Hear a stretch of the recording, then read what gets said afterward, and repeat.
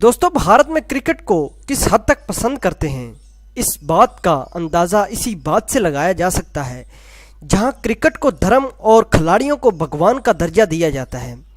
और अगर बात की जाए इस खेल के कप्तान की, तो आप खुद ही सोच लें कि इसके ऊपर पूरे मुल्क का कितना दबाव होगा। दोस्तों, आज मैं उस शख्स के बारे में बात करने जा रहा हूं।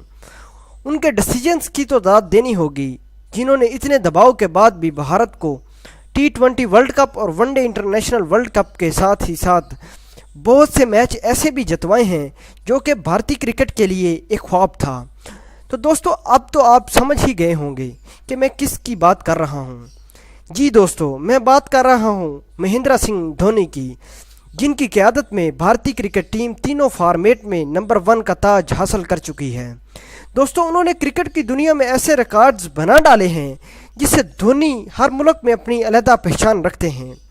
यहाँ तक कि क्रिकेट के भगवान कहे जाने वाले सचिन तेंदुलकर का कहना है कि धोनी दुनिया के सबसे बेहतरीन कप्तान हैं।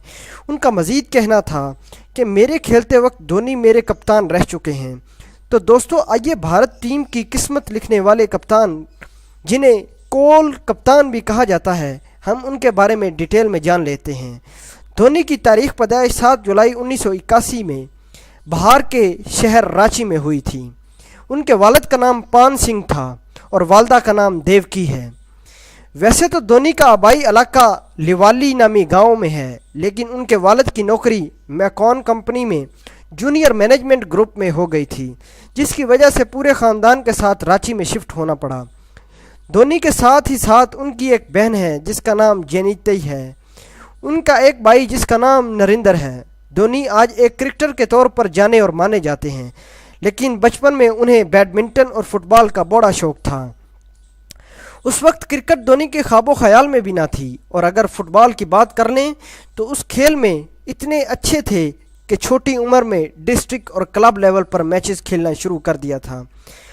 वो अपनी फुटबॉल टीम में एज अ गोल कीपर के तौर पर खेलते थे। उनकी परफॉर्मेंस को देखते वक्त फुटबॉल के कोच ने उन्हें क्रिकेट में किस्मत आजमाने का कहा। हालांकि धोनी उस वक्त क्रिकेट नहीं खेलते थे, फिर भी उन्होंने अपनी विकेट कीपरी से सबको हैरान कर दिया और कमांडो क्रिकेट क्लब के रेगुलर विकेट कीपर बन गए। उनकी बेहतरीन परफॉर्मेंस की वजह से उन्हें 1997 और 98 के दौरान विनो मैकन ट्रॉफी अंडर 16 चैंपियनशिप के लिए सिलेक्ट किया गया, जहां उन्होंने अपनी सलाहियतों का लोहा मनवाया। दोस्तों, धोनी सचिन तेंदुलकर और एडम गिलक्रिस्ट के बहुत बड़े फ़ैन थे और शुरू के दिनों में लंबे लंबे बाल भी रखा करते थे, क्योंकि उनके बॉलीवुड एक्टर जॉन अब्राहम बहुत पसंद थे। धोनी को तेज़ रफ्तार बाइक और कार चलाने का बड़ा शौक़ है, और आज भी धोनी को जब भी वक्त मिलता है तो वो अपनी बाइक पर घूमने निकल जाते हैं। 10वीं क्लास तक उन्होंने क्रिकेट के साथ साथ अच्छे तरीके से पढ़ाई भी करते रहे और बाद में क्रिकेट को ज़्यादा टाइम देने लगे। इसी दौरान रेलवे में टीटी के लिए इम्तिहान पास किया और फिर रेलवे में सेलेक्ट हो गए, और उसके बाद 2001 से 2003 तक धोनी रेलवे में टीटी के तौर पर खिदमत सरंजाम देने लगे। धोनी एक नेक दिल इंसान हैं और अपनी जिम्मेदारियों को अच्छे तरीके से सरंजाम देते हैं। दोनों शुरू में काफ़ी शरीर भी थे। एक दफ़ा की बात है, जब धोनी रेलवे में मुलाजिम थे, उस वक्त धोनी ने अपने आप को पूरी तरह ढक लिया और रात को अपनी कॉलोनी में घूमते रहे। जब चौकीदारों ने धोनी को लंबे बालों और सफ़ेद कपड़ों में देखा तो चौकीदार वहां से भाग निकले। लोगों को यकीन हो गया कि कॉलोनी में कोई भूत घूम रहा है, और अगले दिन ये एक बड़ी खबर बन गई थी। वो अपनी मुलाजमत के दौरान 2001 से 3 तक रणजी ट्रॉफी का हिस्सा बने रहे, और वक्त के साथ साथ वो क्रिकेट को ज़्यादा टाइम देने लगे, और उन्होंने बाद में क्रिकेट में कैरियर बनाने का सोच लिया। लेकिन उनका नेशनल क्रिकेट टीम में कैसे सिलेक्शन हुई, आइए दोस्तों मैं आपको इसका राज बताता हूँ। तो दोस्तों, आपको ये बता दूं कि भारत में BCCI की एक टीम होती है जो छोटे शहरों से अच्छे टैलेंट को ढूंढते हैं, और उसी टीम के एक रुकन प्रकाश पडोर की नज़र धोनी के खेल पर पड़ी। प्रकाश पडोर बंगाल टीम के कप्तान भी रहे हैं। उन्होंने धोनी को नेशनल लेवल पर खेलने के लिए सिलेक्ट कर लिया। धोनी को सबसे बड़ी कामयाबी उस वक्त मिली जब 2003 में उन्होंने इंडिया A टीम का हिस्सा बने और अपनी ٹرائی سیریز کھیلنے کے لیے وہ کینیا چلے گئے جہاں پاکستان کی ٹیم بھی آئی ہوئی تھی۔ اس سیریز میں انہوں نے شاندار کھیل کا مظاہرہ کیا، اس میں پاکستان کے خلاف زبردست بیٹنگ کی۔ اس سیریز کے دوران دھونی نے محض 7 میچوں میں 362 رنز بنا کر اپنی جگہ مکمل کر لی۔ تبھی ان کی پرفارمنس کو دیکھتے وقت اس وقت کے انڈیا کے کپتان سوربھ گنگولی کا دھیان ان کی بیٹنگ کی طرف گیا، اور اس وقت کے کوچ سندیپ پٹیل نے وکٹ کیپر اور ایز اے بیٹسمین کے طور پر دھونی کی سفارش کی۔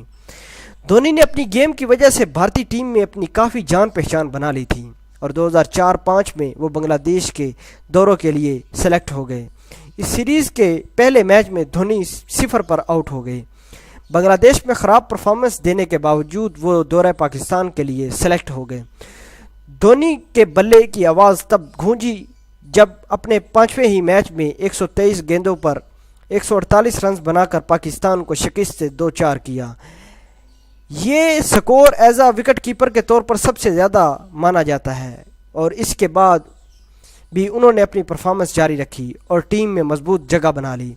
جب 2007 میں راہل ڈیوڈ نے ٹیسٹ اور ون ڈے کرکٹ سے استعفیٰ دے دیا تو سچن ٹنڈولکر کو کپتان بنانے کا فیصلہ کیا گیا، لیکن ٹنڈولکر نے اس بات کو منع کر دیا۔ پھر دھونی کو کپتان بنانے کا کہا، اور اعلیٰ بورڈ کے عہدیداران نے دھونی کو بھارت کرکٹ ٹیم کا کپتان بنا دیا۔ اس کے بعد دھونی نے کبھی پیچھے مڑ کر نہیں دیکھا، اور اپنی کپتانی کی دوران 2007 میں T20 ورلڈ کپ اور 2011 میں بھارت نے اپنے one day international world cup اپنے نام کیا۔ دھونی نے 2010 میں شادی کی اور 6 فروری 2015 کو ان کے ہاں بیٹی پیدا ہوئی جس کا نام جیویکا رکھا۔ دوستو، دھونی کو 2008 میں ICC player of the year کا ایوارڈ دیا گیا۔